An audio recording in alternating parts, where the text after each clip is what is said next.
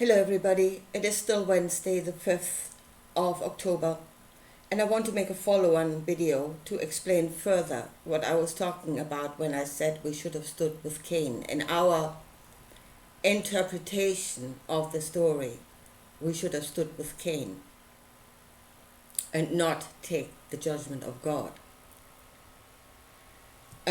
Now, when I say we should have stood with Cain, I'm not condoning the murder of Abel in no way, shape or form. Although these stories, when history are stories that has happened, where we played out certain situations and we can learn from what went right and what went wrong. Spiritual stories are the same. They are there for us to learn from and especially gain a knowledge of ourselves. Yeah. So in the fact that the anger and the resentment did build in Cain because he felt himself to be wronged, and we have been in that situation, we all have been. Yeah. And that he then found a target.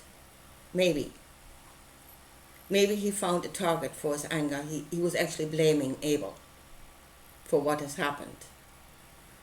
So then this energy of resentment and anger fully unleashed itself on his brother.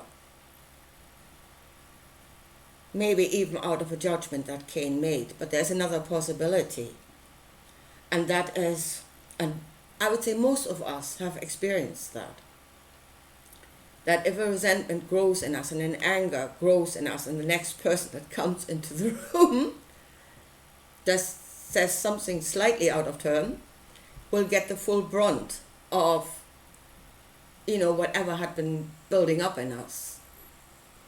I mean, most of us, of course, we do not go to the point of killing another person. We don't. But in the story, we can see what this build-up energy can work in us, yeah, and what we are capable of if we're letting it build up to a point where it just becomes so destructive, and that at one point it will probably unleash itself. Now, if we are coming to a point where it does unleash itself, it also tells us we should be really certain that we're hitting the right target. I mean, another thing we know about ourselves, at the moment this knowledge is coming to fore, is that if we keep these energies inside of ourselves, they will destroy us. So maybe they need out. But then be sure you hit the right target, and Abel was not the right target. It wasn't his fault. So there's something we can learn from the story about ourselves and then find ways of dealing with that knowledge in our own lives. But coming back to when I said we should have stood with Abel, that is in his opinion, in his feeling that he was wrongly judged. We should have stood with Cain's assessment of himself as a brother, rather than taking the judgment of something outside of us. Yeah, we should have stood with our brother.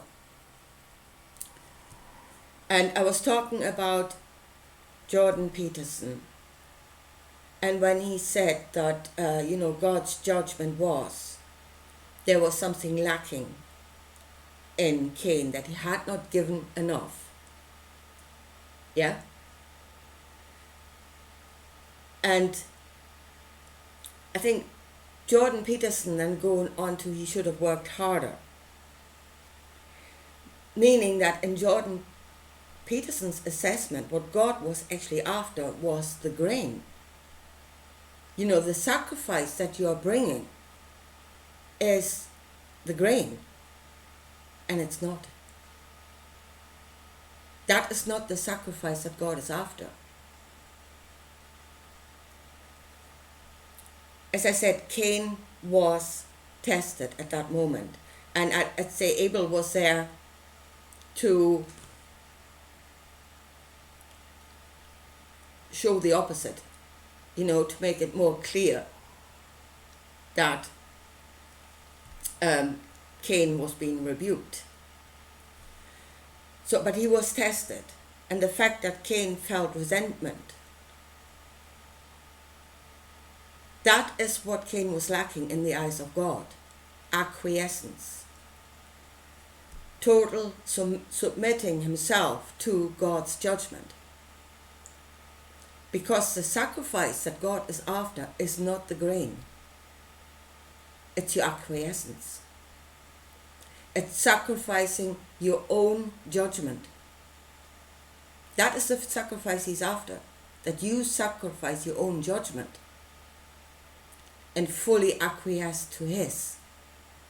And that is where God found Cain lacking. Yeah. It is our knowledge of good and evil that we are supposed to sacrifice. And I don't know, is that our soul, but it is at least part of our soul that we need to sacrifice. So if, let's say just in the story, if Cain had gone back fully accepting that he was no good, wasn't good enough, so then he would have driven his people a bit harder. Yeah? Work harder. He himself, he had the people there. I'm sure he didn't bring the harvest in by himself. But drive your people a bit harder. Yeah? Give them less rest. Punish them for not working hard enough. Drive them beyond what is actually good for them. And I tell you something, there's lots of companies at the moment in this world that are doing that. And then again, there is a part of your humanity that is no longer connecting, because in yourself you would know what you're doing to them. You would know what to do to yourself if you're overworked, if you're under the threat of punishment, if you are, not given enough rest. So there is a part of your own knowledge of good and evil that you would need to put aside in order to drive the people harder, to bring in the grain. And then the next year there would have been a much bigger heap of grain. And yeah, God would have been pleased. But not about the grain, but about the fact that Cain had sacrificed a part of his knowledge of good and bad. That is the sacrifice God would have been pleased with.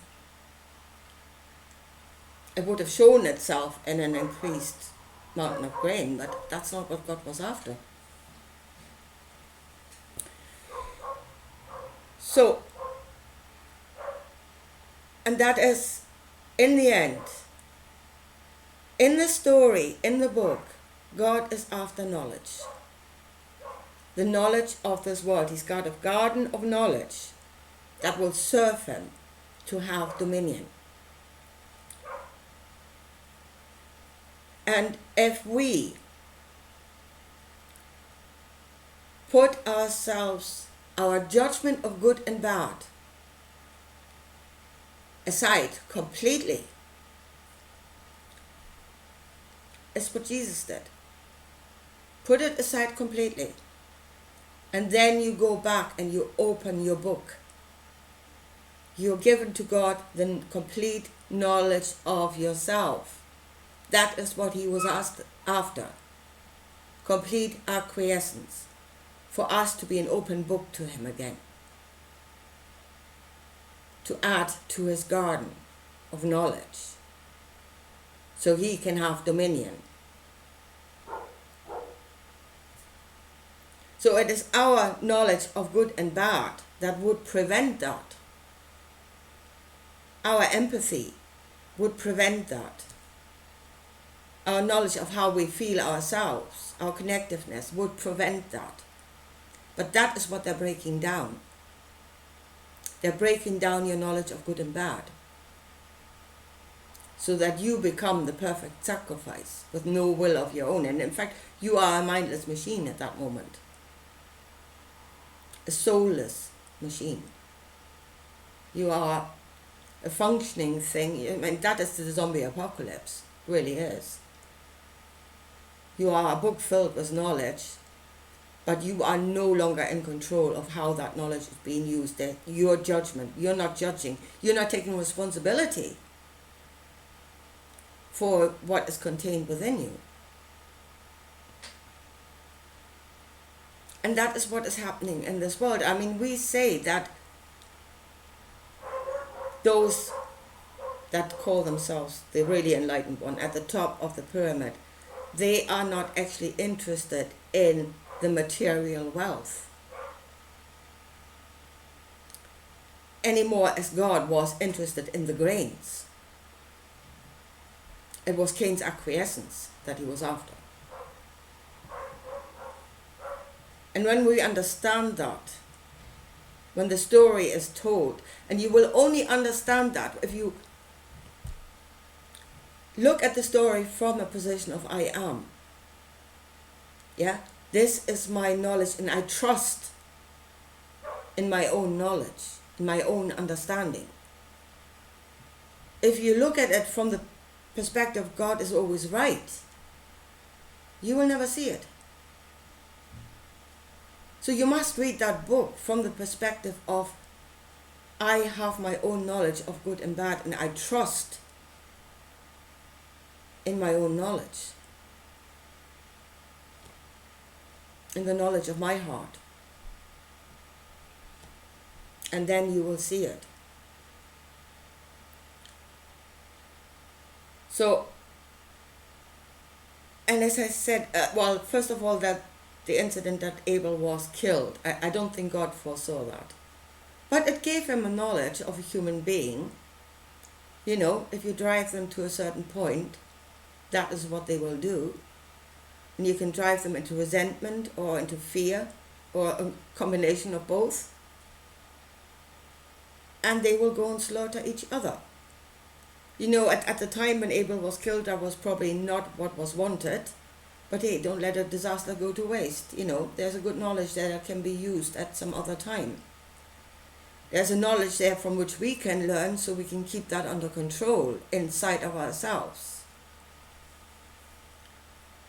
But that knowledge is being used again right now. All those knowledges are being used. And really, it is to break down our knowledge of good and bad, so that we acquiesce. And when we even start thinking that they might be right, we are letting them in. I mean, we can debate, but, you know, the longer you debate, the more you are entangled in that thought. You know, most of the time we know straight away and then leave it out. Don't get involved too much with their thoughts, with their... We are given to each other what they are saying. You know, look at what they're saying. Look at what they're saying. You know, their stories, like Russia blew up the pipeline. And everybody is involved with that story, you know, of what they have been saying. Our involvement with that story should be very short. And we should make a decision out of our own knowing. What do we think? And then we must concentrate on what we think. And then forget the story. It's dealt with. But it's just constant. It's just constant. We don't have time to form our own opinion. Yeah? Well, I mean, we are fighting the idiocy that's coming toward us all the time, but we don't have time to really form and solidate our own opinion within us, to become a part of us. This is who we are, this is who we think, and that is the work we must do. Because otherwise we are weak. If we're not standing in the fullness of our own truth, we are weak and we're being constantly attacked. And as I said, in the end, we must react out of our own truth. We must see where the problem actually is. We must have the right target, and that is not each other.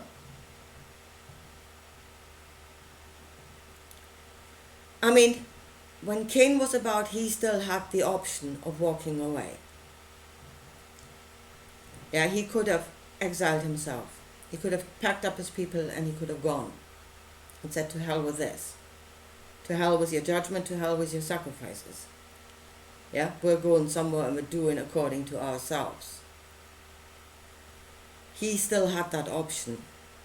I mean, where would we go now? To be according to ourselves. I mean, that thing is everywhere. And walking away, I don't think is an option anymore. I think we need to react. But for that, we must stand firm in the knowledge of our own knowledge of good and evil, and in that we should see that they are inhuman, lunatics, insane, and that we must do something against that. And we must see that those that are in confusion, what is actually happening is their knowledge of good and bad, their own knowledge of good and bad has been taken away from them. That's why they are now in complete confusion.